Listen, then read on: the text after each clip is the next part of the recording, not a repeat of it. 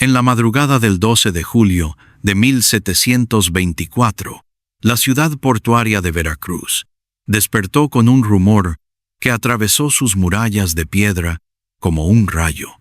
No se trataba de un naufragio, ni de un ataque pirata, ni de una epidemia de fiebre amarilla. Era algo mucho más devastador para la élite colonial. El honor de una de las familias más poderosas había sido pulverizado en una sola noche.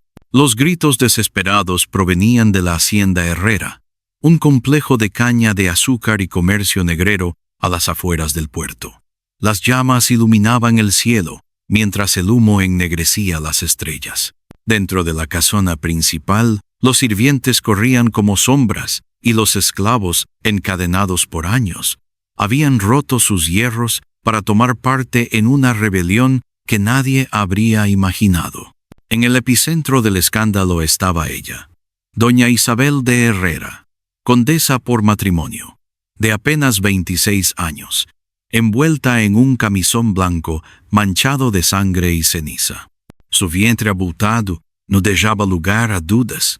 Estaba embarazada. Pero lo que convirtió su estado en la mayor tragedia social de Veracruz no fue la gravidez en sí, sino quiénes eran los padres de la criatura.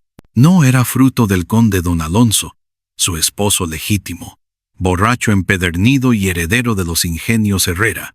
No.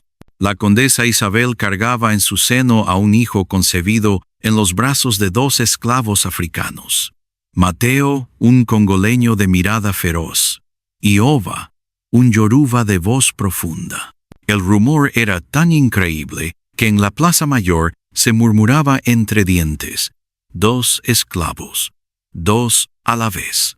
Lo que en otra circunstancia habría sido un simple adulterio aquí, se convertía en el derrumbe completo de un linaje. Porque en la Nueva España del siglo XVIII, la pureza de sangre lo era todo. Un apellido podía resistir deudas, batallas o incluso traiciones políticas, pero jamás podía sobrevivir a una mancha racial en su descendencia. La noticia corrió como pólvora: la condesa está encinta de sus esclavos. El apellido Herrera está muerto. Es la vergüenza más grande de Veracruz.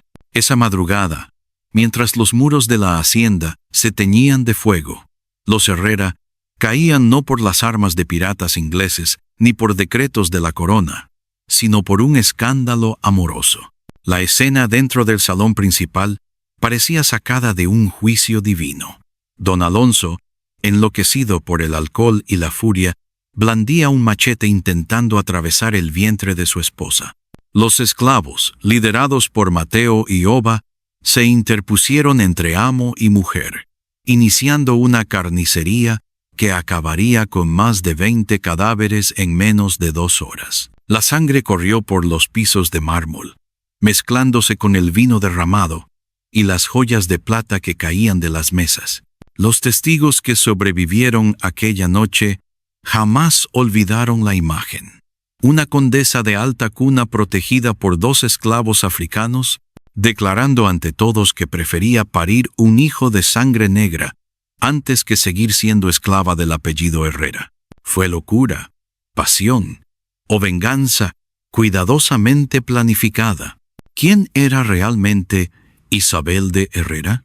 ¿Y cómo una mujer, encerrada en las jaulas doradas del honor colonial, logró destruir al apellido más poderoso de Veracruz con el arma más inesperada, el amor prohibido? Esta es la historia de un escándalo que desafió las leyes de la sangre, el poder de la Iglesia y la brutalidad de la esclavitud. La historia de cómo una condesa, embarazada de 2 esclavos, aniquiló a los Herrera y dejó una cicatriz imborrable en la memoria de la Nueva España. Isabel había nacido en Sevilla en 1698, hija única de una familia de hidalgos venidos a menos. Su padre, don Rodrigo de la Serna, había dilapidado gran parte de la herencia familiar en juegos de cartas y cargamentos de vino que nunca llegaron a puerto. Su madre, doña Beatriz de Guzmán, se aferraba al prestigio vacío de un apellido antiguo que ya no significaba riqueza. Desde niña, Isabel fue educada como cualquier dama noble de provincias, bordado con hilos de oro, música en el clavecín, versos de Calderón de la Barca recitados en voz baja. Pero a diferencia de otras muchachas que soñaban con conventos o maridos poderosos, ella miraba hacia el puerto de Sevilla y escuchaba fascinada las historias de marineros que hablaban de África, del Caribe y de tierras, donde la vida parecía menos rígida que bajo las murallas de Castilla. El destino, sin embargo, no la llevaría a un convento ni a esas tierras libres de fantasía. En 1716, cuando apenas tenía 18 años, un comerciante sevillano propuso un enlace que parecía providencial: casarla con don Alonso de Herrera, heredero de una de las familias más ricas y temidas de Veracruz, en la Nueva España. Para los de la Serna era la oportunidad de recuperar la fortuna perdida. Para Isabel fue una condena sellada antes de entender sus consecuencias. El viaje hacia el Nuevo Mundo, a bordo del galeón Santa Teresa, fue su primera confrontación con la brutalidad de la que hasta entonces solo había escuchado rumores.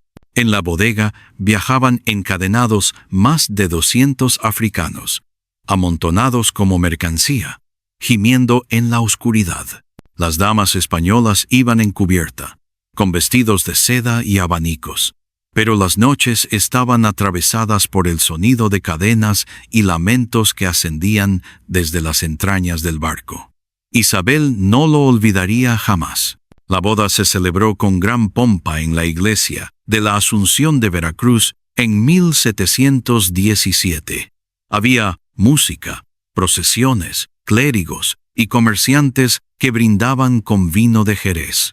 A los ojos de todos, Isabel había ascendido a una posición envidiable.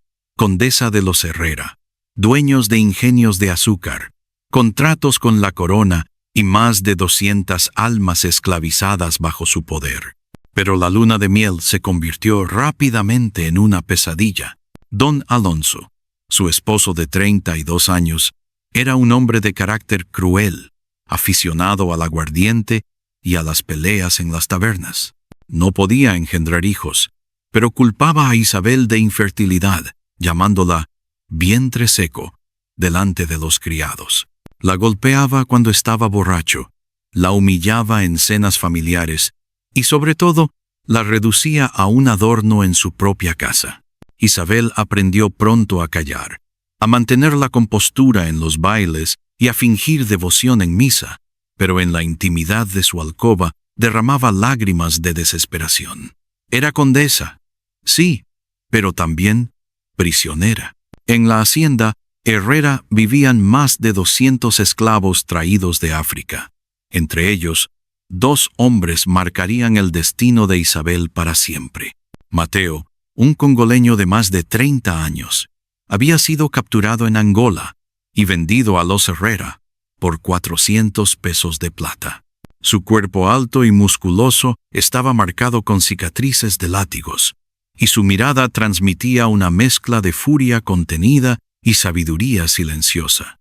Se había ganado el respeto de otros esclavos por su habilidad con las armas y por su capacidad de resistir sin quebrarse. Oba, en cambio, era más joven. Venía de la tierra yoruba, había aprendido español en el barco negrero y tenía una voz profunda que utilizaba para cantar y tocar tambores en las noches secretas del barracón. Mientras Mateo imponía respeto con su fuerza, Oba cautivaba con su inteligencia y su sensibilidad. Al principio, Isabel apenas reparaba en ellos. Eran sombras obedientes, figuras que se movían entre la cocina, los campos y los establos. Pero la vida miserable al lado de Alonso hizo que sus ojos empezaran a buscar lo que no encontraba en su marido: humanidad. Fue Mateo quien un día la ayudó a levantarse tras un desmayo provocado por el calor del trópico. Fue Oba quien en una ocasión le alcanzó una fruta fresca cuando ella caminaba sola por el jardín. Gestos mínimos, pero cargados de una ternura que contrastaba brutalmente con la violencia de Alonso. Poco a poco, esas miradas se transformaron en palabras cortas, las palabras en confidencias, y las confidencias en encuentros furtivos. Entre 1719 y 1722, Isabel llevó una doble vida. De día, desempeñaba el papel de condesa obediente, recibía a invitados, organizaba misas, controlaba a los sirvientes. De noche, recorría los pasillos en silencio, buscando la sombra de Mateo o el murmullo de Oba. Al inicio, fueron solo conversaciones. Él, contándole recuerdos de África, ella confesando sus miedos y la soledad de su matrimonio. Pero la pasión prohibida se impuso a la razón. Las paredes de la hacienda se convirtieron en cómplices de abrazos clandestinos, de besos robados en la penumbra de la cocina, de noches donde el deseo se confundía con el ansia de libertad. Los rumores no tardaron en surgir. Las doncellas murmuraban que la señora miraba demasiado a los negros. Los mayordomos sospechaban cuando Isabel se ausentaba misteriosamente de su alcoba, pero nadie se atrevía a denunciarla. Los Herrera eran demasiado poderosos, y la condesa tenía una habilidad especial para controlar las lenguas. Una sonrisa suya, una mirada severa o una promesa de recompensa bastaban para sellar bocas. En el fondo, Isabel sabía que caminaba sobre un abismo. El adulterio, si era descubierto, podía significar la muerte para ella y para los esclavos implicados. Pero lo que la distinguía no era solo el riesgo que asumía, sino la forma en que transformó su tragedia en estrategia. Con cada encuentro con Mateo y Oba, comprendía que su mayor poder no residía en el apellido que había adquirido, ni en las riquezas que administraba, sino en su capacidad de provocar un escándalo tan devastador que destruiría a los Herrera desde dentro. La decisión se fue gestando lentamente, como una semilla envenenada en su interior. En 1723, cuando las humillaciones de Alonso alcanzaron un punto insoportable, Isabel dejó de buscar simplemente consuelo. Comenzó a tramar. Sabía que su esposo jamás podría darle un hijo, y comprendió que un embarazo sería su arma más letal. La sociedad colonial estaba obsesionada con la pureza de sangre. Ningún apellido, por más oro que poseyera, podía sobrevivir al rumor de una descendencia manchada. Y ella, con cada caricia clandestina, estaba escribiendo la sentencia de los Herrera. En 1724, su vientre comenzó a crecer. Lo que en otras mujeres era motivo de alegría, para Isabel fue el inicio de un terremoto social. Porque ese hijo no pertenecía al linaje de Alonso, sino al amor prohibido con Mateo y Oba. Y ella lo sabía, y lo aceptaba, y lo proclamaba en silencio cada vez que acariciaba su abdomen frente al espejo. Su embarazo no fue un accidente, sino un acto deliberado. Una mujer convertida en conspiradora. Un vientre transformado en instrumento de venganza. Isabel ya no era víctima. Se había convertido en arquitecta de la ruina de los Herrera. Veracruz, en el siglo XVIII, no era un simple puerto colonial. Era el corazón palpitante del imperio español en el Atlántico. Cada mes atracaban galeones cargados de plata de las minas de Zacatecas, cacao de Tabasco, cueros del norte y sobre todo miles de cuerpos humanos traídos desde África. El aire del puerto estaba impregnado de sal, sudor y miedo. Las campanas de la catedral marcaban el ritmo de la vida, pero era el sonido metálico de las cadenas lo que verdaderamente gobernaba la ciudad. Los vecinos de Veracruz sabían distinguir el arribo de un barco negrero sin necesidad de ver sus velas. Bastaba con oír los gritos apagados de cientos de africanos encerrados en las bodegas. La sociedad colonial estaba construida sobre jerarquías rígidas y crueles. En la cúspide, los peninsulares, comerciantes y burócratas enviados desde España, orgullosos de su sangre limpia. Después venían los criollos, descendientes de españoles nacidos en América, ricos y poderosos, pero siempre mirados con desdén por la metrópoli. Más abajo estaban los mestizos, mulatos, indios y negros libres, cada uno encajonado en un estatus legal que definía su vida desde la cuna hasta la tumba. Y en la base, como cimiento de todo, los esclavos africanos, hombres, mujeres y niños convertidos en mercancía, comprados y vendidos como si fueran bestias de carga. Dentro de esa pirámide de poder, la familia Herrera ocupaba uno de los tronos más altos. No eran nobles de linaje antiguo, sino comerciantes enriquecidos con el azúcar y el tráfico de esclavos. Su hacienda, ubicada a unos kilómetros del puerto, era un palacio de piedra coralina rodeado de cañaverales interminables. Poseían más de 200 esclavos, varios ingenios para procesar azúcar y contactos directos con funcionarios de la corona. Se decía que ningún barco podía descargar en Veracruz sin que los Herrera recibieran su parte. Eran banqueros de facto, prestando dinero a otros hacendados y financiando expediciones. La Iglesia era cómplice silenciosa de este sistema.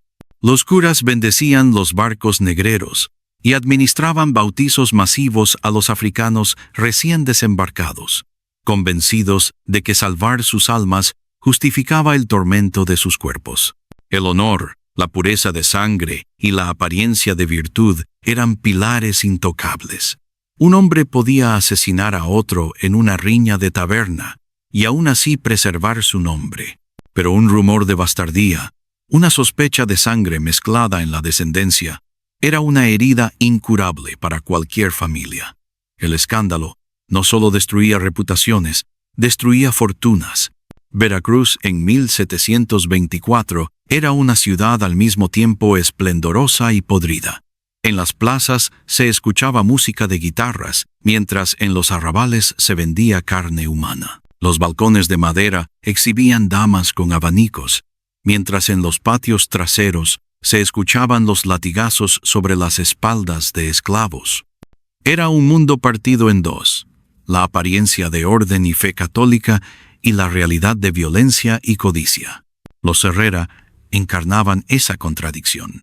En público eran benefactores de la Iglesia, patrocinadores de procesiones y mecenas de artistas.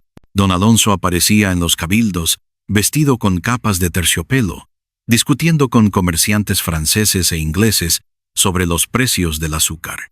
Pero en privado era un tirano. Los esclavos lo odiaban, los criados lo temían, y su esposa lo despreciaba. La hacienda funcionaba como un microcosmos del sistema colonial. Lujo arriba, infierno abajo.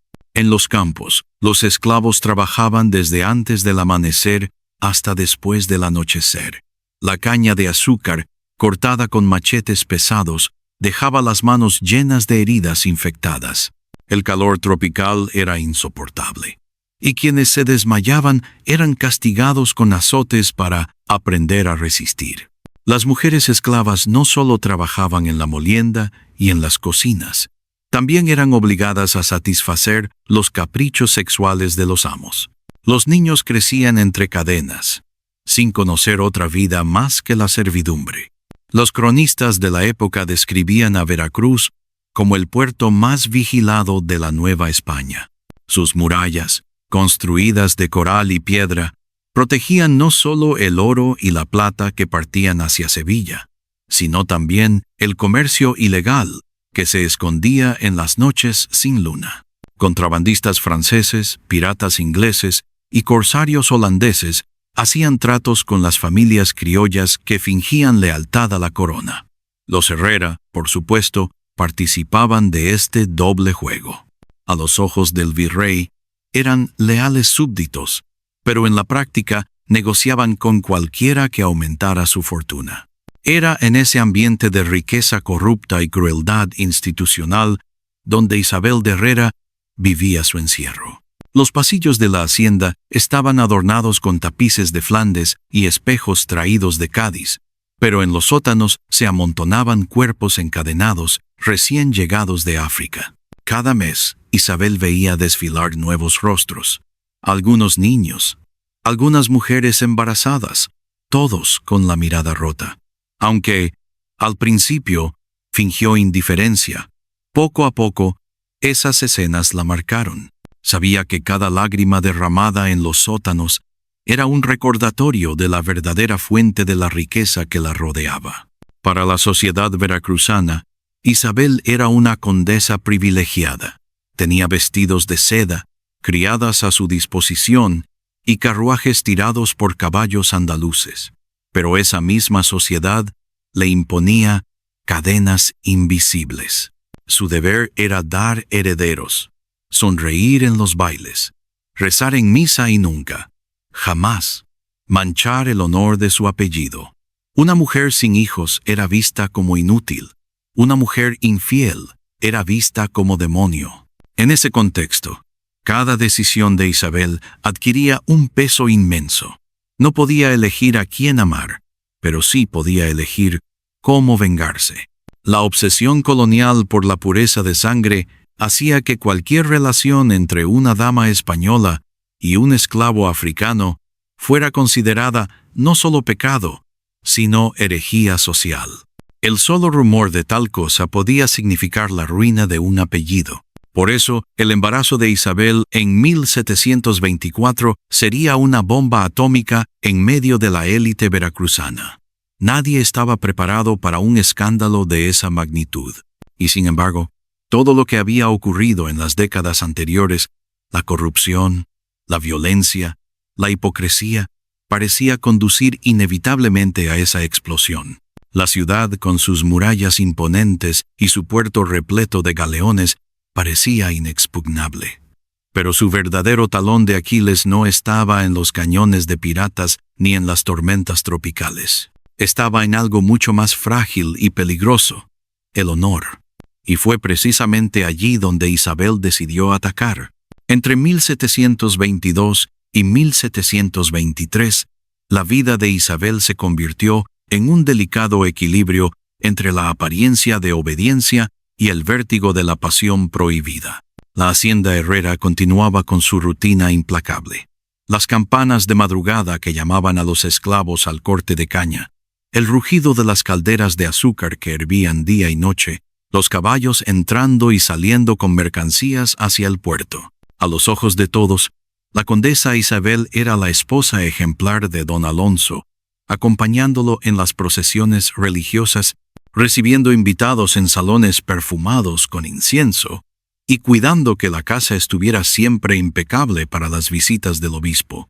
Nadie imaginaba que, en las sombras, su corazón latía al ritmo de dos hombres encadenados. Los encuentros con Mateo y Oba comenzaron siendo breves, apenas unos minutos robados en la cocina o en los establos.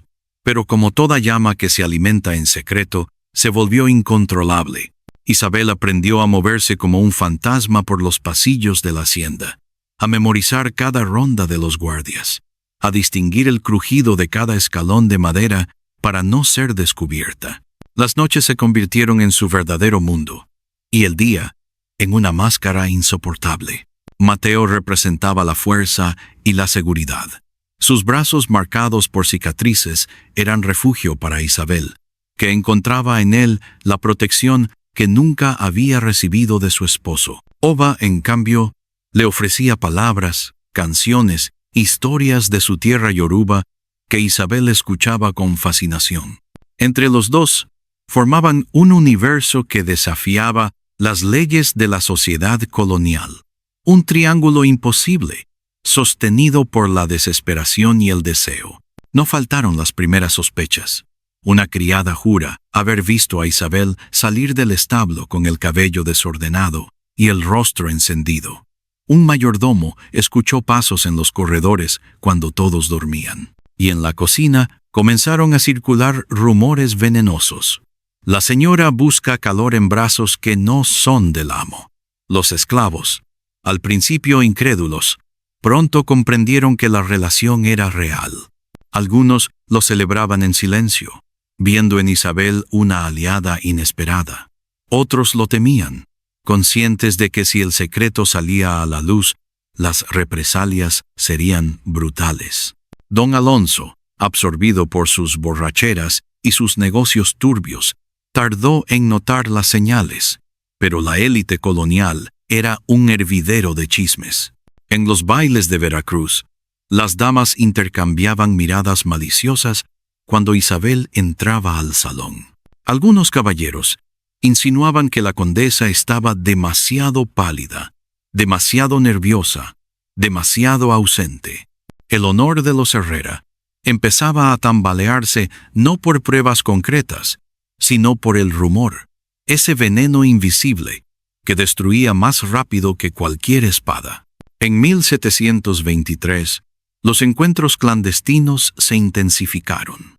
Isabel dejó de temer tanto a las miradas indiscretas. Su soledad era ya insoportable, y el desprecio constante de Alonso la empujaba más y más hacia Mateo y Ova. En una noche de tormenta, cuando los truenos cubrían cualquier ruido, se entregó a ellos sin reservas. Ese instante, escondido en los establos entre el olor ajeno y el relincho de los caballos, fue el punto de no retorno. Isabel no solo buscaba placer, buscaba venganza, y en cada caricia veía el derrumbe del apellido Herrera acercarse. El cambio en su actitud no pasó desapercibido. Isabel comenzó a caminar con la frente más erguida, a mirar directamente a los ojos de quienes antes la intimidaban. Incluso Alonso notó que su esposa ya no lloraba en silencio tras sus insultos, sino que respondía con un brillo de desafío en la mirada. Aquella transformación lo irritaba profundamente, pero su orgullo masculino le impedía aceptar la sospecha más humillante, que su mujer buscaba en esclavos lo que él no podía darle. A finales de 1723, Isabel comenzó a sentir mareos y náuseas. Al principio, creyó que era el calor sofocante del trópico, pero pronto comprendió la verdad. Estaba embarazada. En cualquier otra casa de la Nueva España, esa noticia habría sido motivo de celebración, la confirmación de que una esposa cumplía su deber de dar herederos. Pero para Isabel, aquel hijo no era de Alonso. El secreto más peligroso de todos latía en su vientre. Trató de ocultarlo durante los primeros meses. Usaba vestidos más sueltos, fingía indisposiciones y evitaba reuniones sociales. Pero el cuerpo no podía mentir. Su abdomen empezó a crecer y los murmullos se volvieron certeza. En las cocinas se hablaba en voz baja. La señora está encinta, pero el amo nunca la toca. Algunos criados aseguraban haber visto a Mateo rondar cerca de los aposentos de Isabel en noches extrañas. Otros juraban que Ova llevaba mensajes ocultos entre canciones. La tensión se volvió insoportable. Don Alonso empezó a sospechar, aunque su mente, nublada por el alcohol, se resistía a aceptar la verdad. Para un hombre de su posición, no había humillación mayor que la infidelidad, y menos aún si involucraba a esclavos africanos. El honor de los Herrera no podía resistir semejante mancha. En los corrillos del cabildo ya se escuchaban risas ahogadas, insinuaciones crueles que ponían en duda la virilidad de Alonso. Isabel, lejos de asustarse, abrazó su destino. Cada vez que se miraba en el espejo y acariciaba su vientre, sentía que llevaba dentro de sí un arma más poderosa que cualquier espada. No era solo un hijo, era la prueba viviente de que los Herrera podían ser destruidos no por la fuerza de enemigos externos, sino por la pasión prohibida que la sociedad más temía. Comprendió que su escándalo sería irreparable, que ningún dinero, ni títulos, ni alianzas podrían limpiar el apellido una vez que la verdad saliera a la luz. Y sorprendentemente, esa certeza le daba paz. Los meses de 1724 avanzaron con la tensión, acumulándose como tormenta tropical. Isabel caminaba por la hacienda con un porte casi desafiante, mientras los esclavos la miraban con respeto mezclado con temor. Para ellos, ella era al mismo tiempo aliada y condena, la mujer que desafiaba a los amos, pero que también podía arrastrarlos a todos a la hoguera. Mateo y Oba se mantenían siempre cerca, dispuestos a protegerla a cualquier costo, aunque sabían que el precio sería la vida. En abril, cuando su embarazo ya no podía disimularse, los Herrera convocaron una cena familiar para discutir el asunto. Isabel apareció con un vestido blanco, el vientre claramente visible, y enfrentó las miradas acusadoras con una serenidad que heló la sangre de todos. No ofreció explicaciones, no suplicó perdón, simplemente sonrió. Esa sonrisa, en medio del silencio cargado de odio, fue la sentencia de muerte del apellido Herrera. La alta sociedad de Veracruz pronto supo la verdad. Los rumores que habían sido susurros se convirtieron en gritos en las plazas y en cuchicheos en las bancas de la iglesia. Nadie hablaba de otra cosa. La condesa Isabel estaba embarazada, y todos sabían que su esposo era incapaz de engendrar. Las cuentas no cuadraban. Las excusas eran inútiles. El escándalo había estallado, y el linaje Herrera estaba marcado para siempre. Lo que comenzó como un secreto de alcoba se transformó en una tormenta que arrasaría con todo. La pasión clandestina se había convertido en un acto político, en un golpe mortal contra la estructura misma de la sociedad colonial. El honor, esa frágil construcción que sostenía fortunas y apellidos, se había hecho pedazos. Y todo, absolutamente todo, giraba alrededor de una mujer que había decidido convertir su vientre en arma y su vergüenza en venganza. Cuando Isabel comprendió que ya no podía ocultar el crecimiento de su vientre, algo dentro de ella cambió de manera irreversible. La mujer que durante años había soportado en silencio los insultos de su esposo, las humillaciones de la familia política y el peso de un matrimonio sin amor, dejó de existir. En su lugar emergió una figura nueva, más peligrosa y más decidida, alguien que ya no temía las consecuencias. El secreto que latía en su interior había dejado de ser vergüenza para convertirse en arma, y ella se dispuso a blandirla con una frialdad que sorprendió incluso a quienes la conocían de cerca. Hasta entonces había sido víctima, objeto de los abusos de Alonso, prisionera de un apellido que la utilizaba como moneda de prestigio. Pero a partir de 1724, Isabel comenzó a pensar como conspiradora. Cada gesto, cada palabra, cada silencio fue calculado con precisión.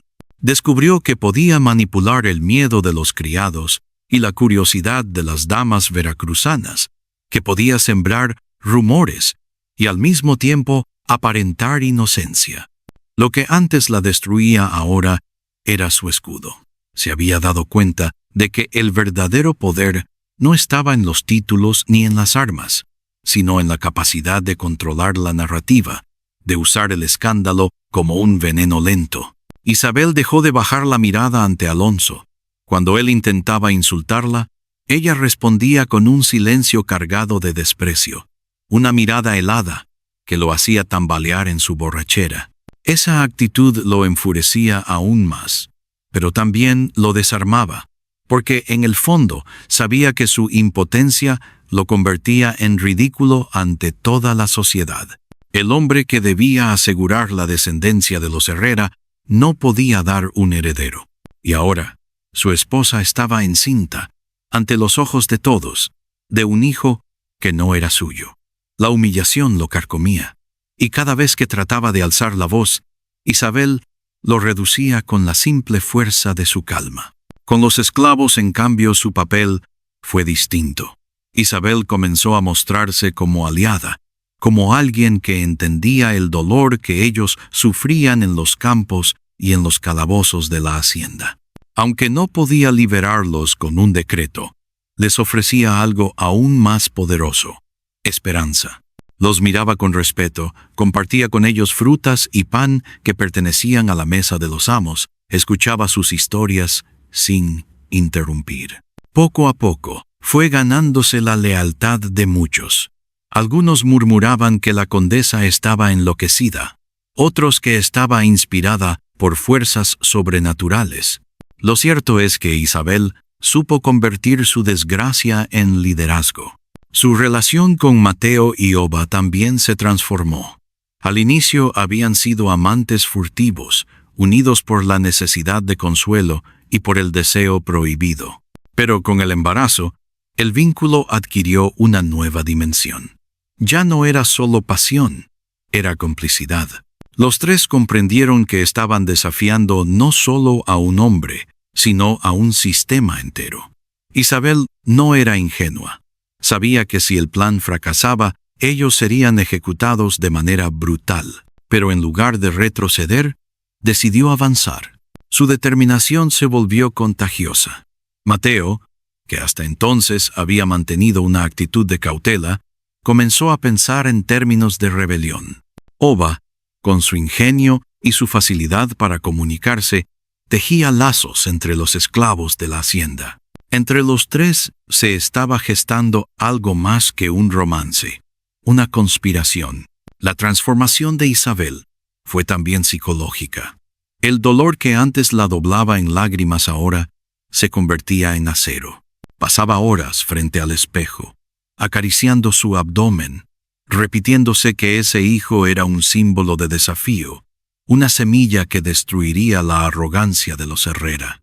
Se decía a sí misma que no estaba trayendo al mundo un bastardo, sino un estandarte, la prueba viva de que el honor colonial era tan frágil que bastaba con un vientre femenino para hacerlo pedazos. En sus pensamientos ya no había miedo, sino una especie de serenidad cruel, como la de alguien que se sabe instrumento del destino. Las primeras señales de esta nueva Isabel no tardaron en notarse en la ciudad. En una misa dominical, apareció vestida con un manto azul claro que no disimulaba en absoluto su estado. Caminó por la nave central de la iglesia con la frente erguida, mientras las damas la miraban con horror y los caballeros murmuraban entre dientes. Alonso, rojo de furia, intentó arrastrarla fuera del templo, pero Isabel se soltó de su brazo con una firmeza que nadie se atrevió a cuestionar. Esa escena fue comentada durante semanas en Veracruz, y muchos empezaron a decir que la condesa se había vuelto indomable. Al mismo tiempo, Isabel comenzó a manipular la información. Tenía acceso a documentos de la familia, cartas y cuentas que revelaban la corrupción de los Herrera, sobornos a funcionarios, contrabando con corsarios franceses, deudas disfrazadas en libros contables. Con manos discretas, empezó a copiar algunos de esos papeles y a hacerlos circular de manera anónima. Los enemigos de los Herrera, que eran muchos, recibieron aquellas pruebas con deleite. Los rivales comerciales comenzaron a difundirlas, debilitando la imagen de la familia. Lo que parecía un matrimonio roto en la intimidad se estaba convirtiendo en una guerra pública. Pero lo más sorprendente era cómo Isabel había dejado de concebirse a sí misma como víctima. Cuando miraba a Alonso, ya no lo veía como verdugo, sino como hombre condenado. Cuando veía a la familia Herrera, con su soberbia y su riqueza manchada de sangre, los percibía como bestias enjauladas, esperando el golpe final. Ella misma se repetía en susurros: «No soy prisionera, soy juez. No soy débil, soy el instrumento de su ruina». Esa convicción la llenaba de un poder que ninguna dama de la colonia había mostrado antes. Incluso los esclavos empezaron a contar su historia como si fuera una leyenda en ciernes. Decían que la condesa llevaba en su vientre un hijo que sería la venganza de todos, el símbolo de que los amos podían ser derrotados. Algunos llegaron a llamarla en secreto la madre de la rebelión. Isabel escuchaba esos rumores con una mezcla de orgullo y melancolía. Sabía que estaba arriesgando la vida, pero también comprendía que su nombre ya había trascendido. Pase lo que pase, su memoria no se borraría. Así fue como Isabel, la muchacha sevillana que había sido entregada como moneda de cambio en un matrimonio arreglado, se convirtió en conspiradora. La transformación fue completa. De víctima sumisa a mujer que abrazaba el escándalo como arma, de esposa humillada a estratega que planeaba la destrucción de uno de los linajes más poderosos de Veracruz. En su vientre no llevaba solo un niño, llevaba el fin de una dinastía. Y cada latido, cada movimiento del feto, era para ella un recordatorio de que la ruina de los Herrera estaba cada día más cerca.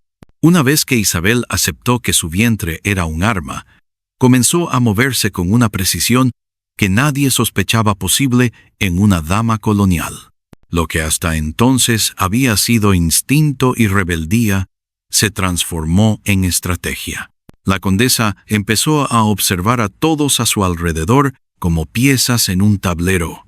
Criados, esclavos, mayordomos, comerciantes, incluso sacerdotes. Cada palabra que escuchaba en los pasillos, cada secreto que le llegaba en las sobremesas, lo guardaba con una memoria implacable. Durante años había soportado humillaciones en silencio, y ese silencio se había convertido en su ventaja. Había aprendido a escuchar, a recordar, a registrar las debilidades de todos.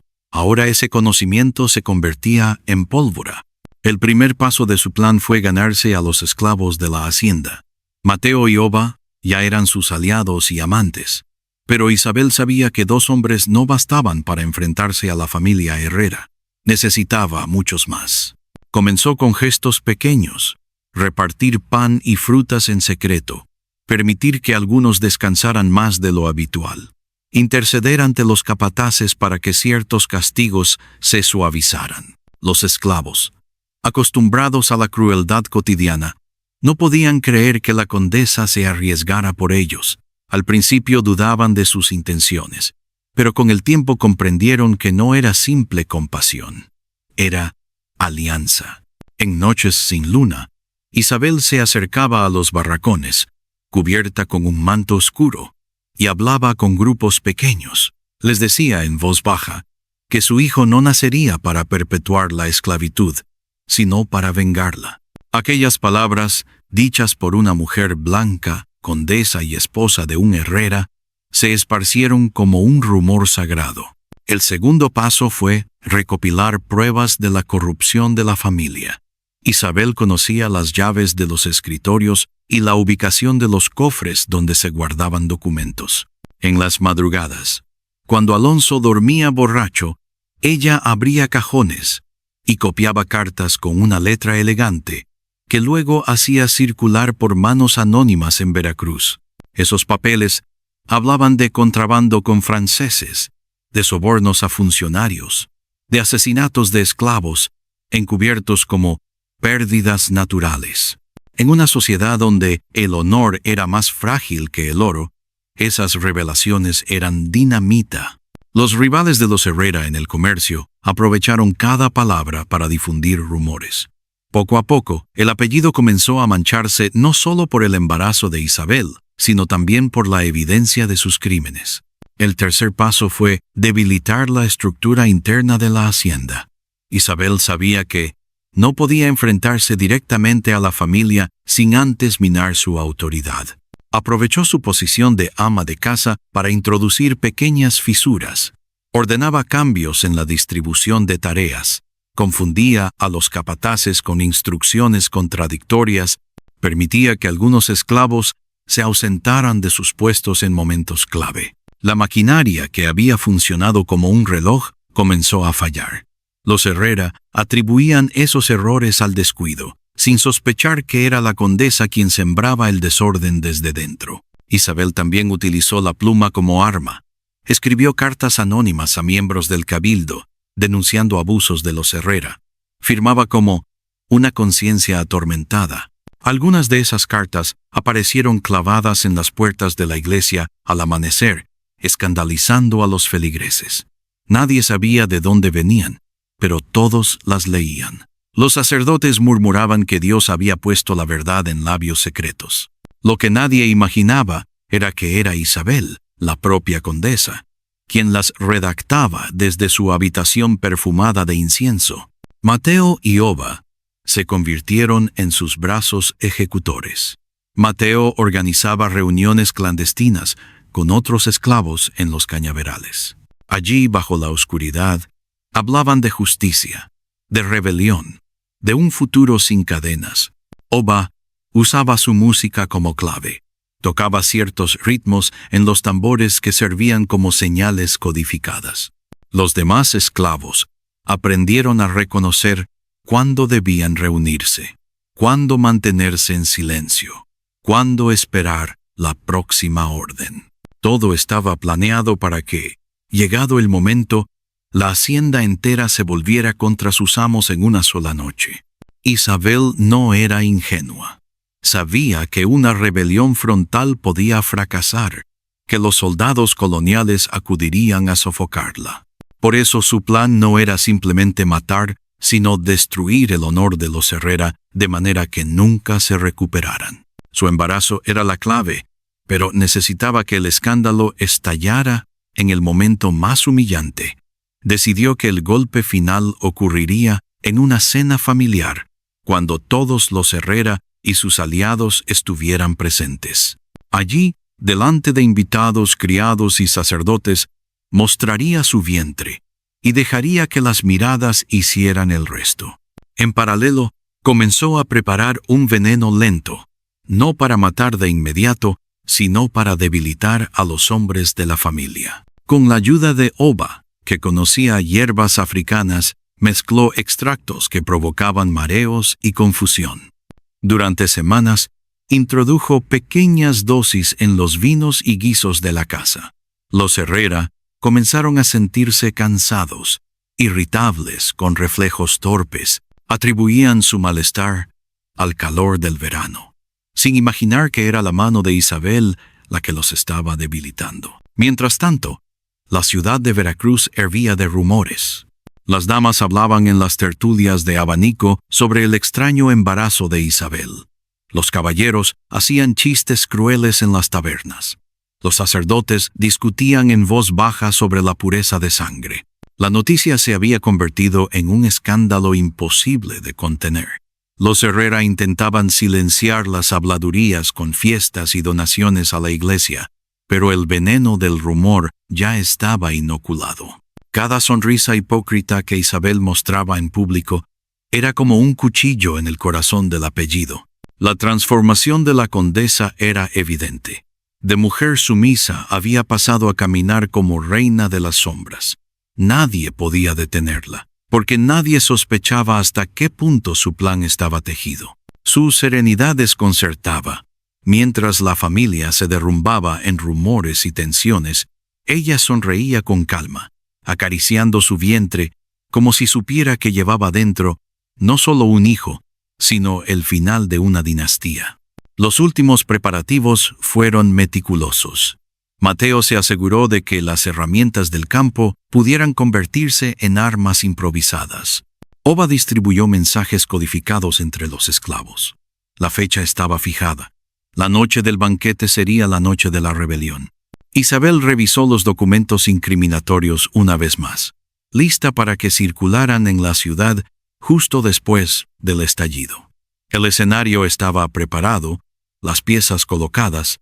En el silencio de su alcoba, Isabel miraba el crucifijo colgado en la pared y murmuraba sin mover los labios: «Señor, si peco, que sea contra los hombres, no contra ti.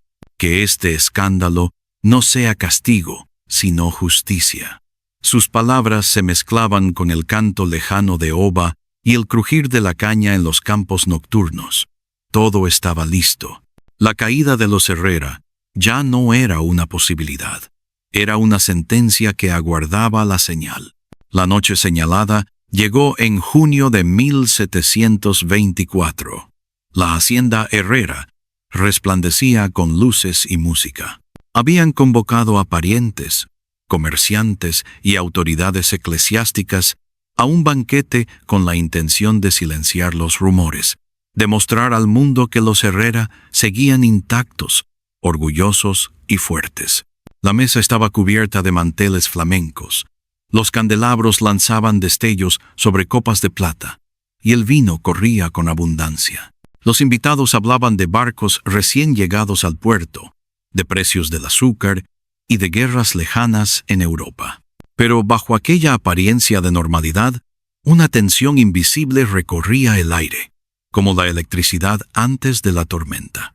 Isabel apareció vestida con un traje rojo intenso que escandalizó a más de una dama. El color de la pasión, el color de la sangre, el color prohibido para una mujer encinta que debía mostrarse discreta. Caminó lentamente hasta su asiento, saludando con una sonrisa apenas velada, como si guardara un secreto demasiado grande para caber en su boca. Los ojos de todos se posaron inevitablemente en su vientre, ya imposible de ocultar. El silencio se hizo apenas un instante, lo suficiente para que la vergüenza de Alonso se hiciera palpable. Luego el murmullo se reanudó con voces bajas y abanicos agitados. Los Herrera intentaban mantener el control. Don Alonso, visiblemente afectado por el alcohol y por semanas de veneno en sus venas, levantó su copa para brindar por la prosperidad de la familia. Su voz tembló más de lo habitual, y algunos invitados apenas disimularon una sonrisa.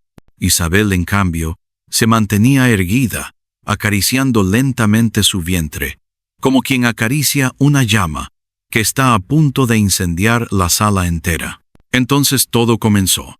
Oba, que había sido asignado como mozo de la velada, tocó 3 veces una bandeja con el borde de una copa.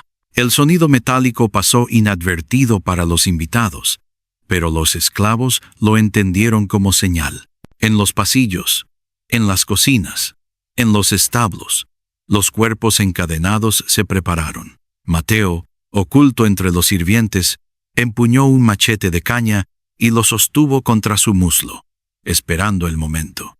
El primer grito vino de la cocina. Un esclavo arrojó aceite hirviendo sobre un capataz, que cayó al suelo entre alaridos. El ruido llegó hasta el salón, y los invitados se levantaron sobresaltados. Antes de que pudieran reaccionar, las puertas se cerraron con violencia. Varios esclavos, armados con herramientas de campo, irrumpieron gritando, los ojos encendidos por años de odio contenido. La música se quebró en un silencio abrupto, y lo que siguió fue un caos insoportable.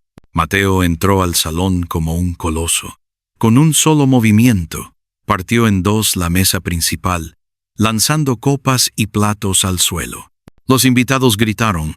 Algunos intentaron correr, pero se encontraron, con cuchillos y machetes en cada salida. Don Alonso se tambaleó, buscando su espada, pero su cuerpo debilitado apenas respondía. Isabel lo observaba con calma, sin moverse de su asiento, como una reina que contempla la caída de su reino. El derramamiento de sangre fue inmediato.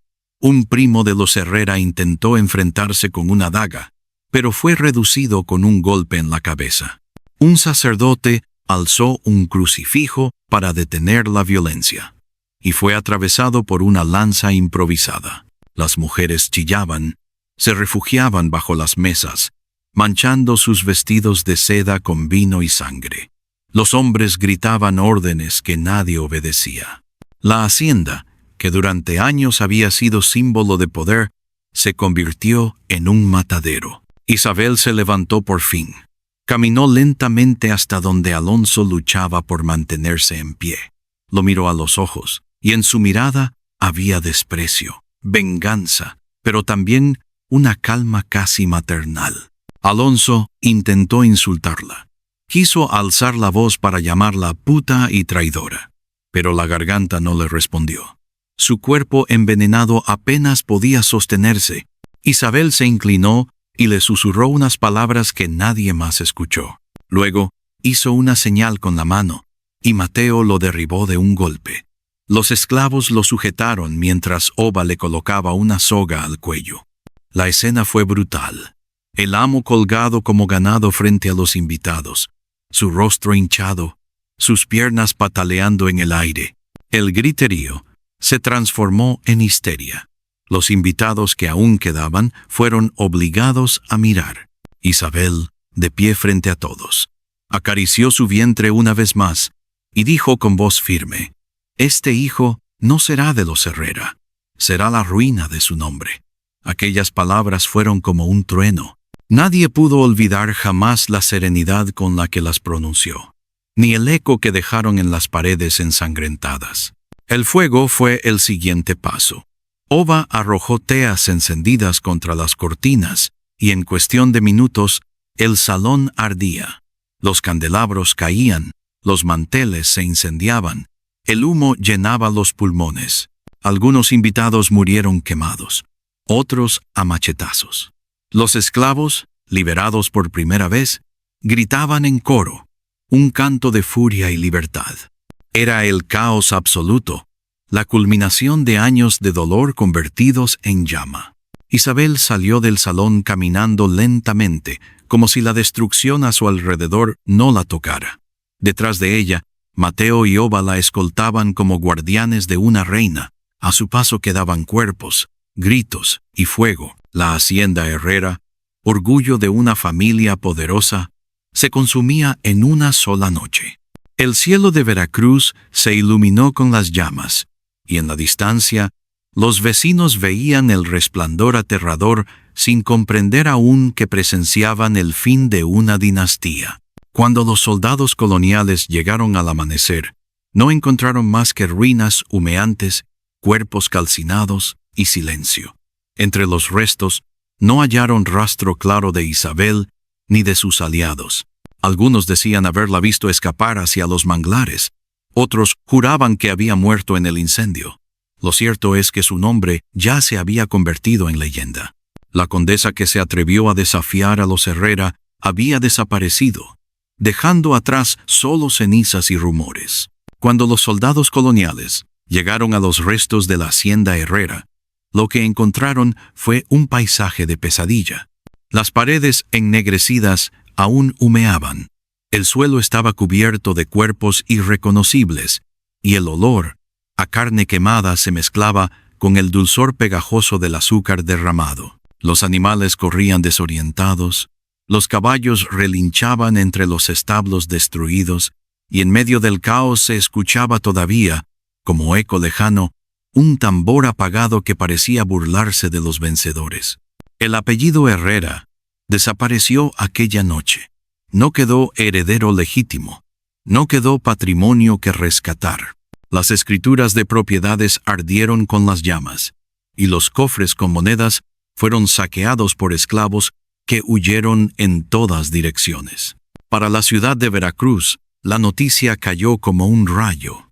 Nadie podía comprender cómo una de las familias más poderosas había sido destruida no por piratas ni por enemigos externos, sino desde dentro, desde la propia alcoba de la condesa.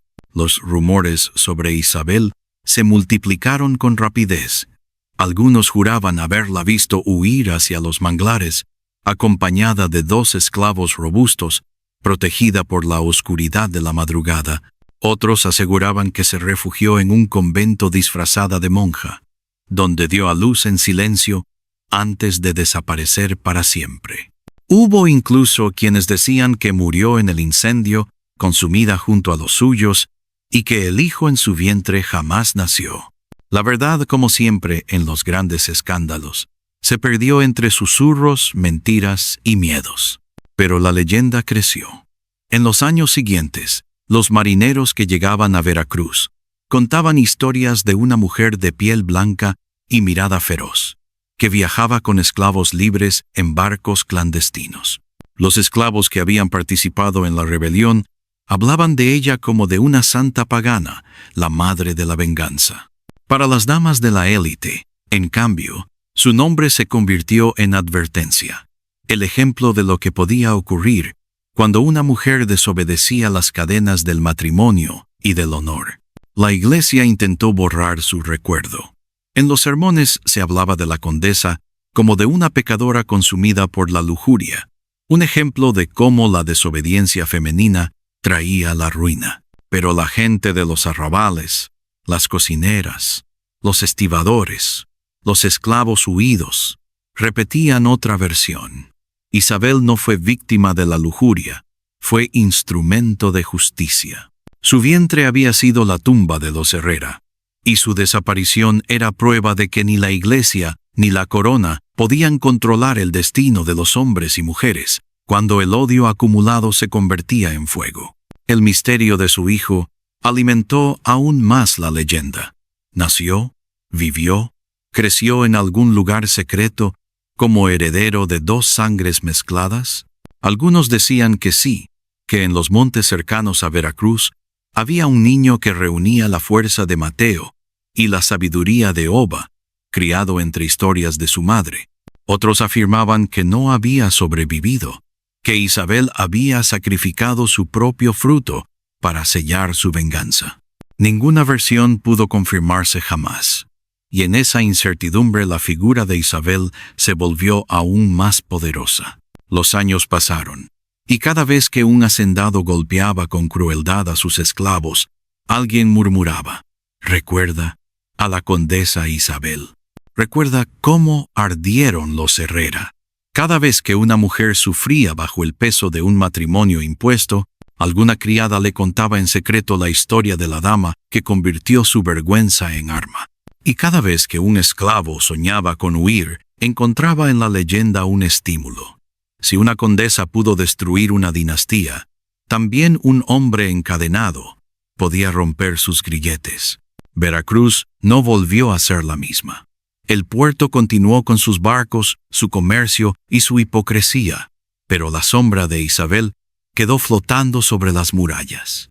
En las noches de tormenta, algunos decían escuchar entre los relámpagos una voz femenina que repetía: «Este hijo no será de los Herrera». Otros aseguraban que en los cañaverales todavía se podían ver huellas de sangre que el tiempo no borraba. La ciudad aprendió que ni las murallas más altas, ni los cañones más grandes, podían proteger a una familia del escándalo, del deseo, de la venganza que nace en el interior de un vientre despreciado. La historia nunca fue registrada en los libros oficiales. Los cronistas de la corona callaron, los obispos mandaron destruir documentos, y las familias poderosas compraron silencios. Pero la memoria popular no pudo ser borrada.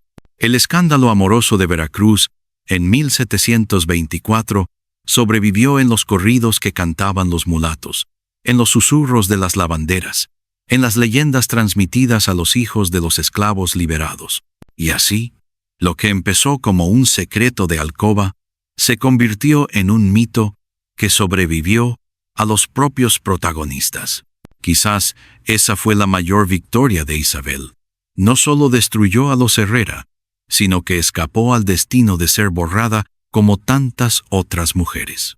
Su historia, aunque envuelta en misterio, se repitió durante generaciones como advertencia y como inspiración. Algunos la llamaron traidora, otros la llamaron santa. Lo cierto es que encarnó la verdad más peligrosa de todas, que el honor colonial, ese edificio de reglas, sangre y apariencias, era tan frágil que podía derrumbarse con un gesto, con una decisión, con la valentía de una mujer que se negó a seguir siendo víctima. Y así quedó la pregunta abierta, que aún hoy resuena en Veracruz. ¿Qué fue de la condesa Isabel? ¿Escapó? ¿Murió? ¿Dio a luz a un hijo que heredó la sangre mezclada de dos esclavos? ¿O se convirtió en espíritu vagando por las costas, recordando a todos que el poder verdadero no está en los apellidos, sino en la capacidad de convertir la humillación en fuego? Nadie lo sabe. Tal vez nunca se sabrá. Pero cada historia que se cuenta sobre ella lleva consigo la misma conclusión. En aquella noche de 1724, la justicia no vino de Dios, ni de los reyes. Vino del vientre de una mujer.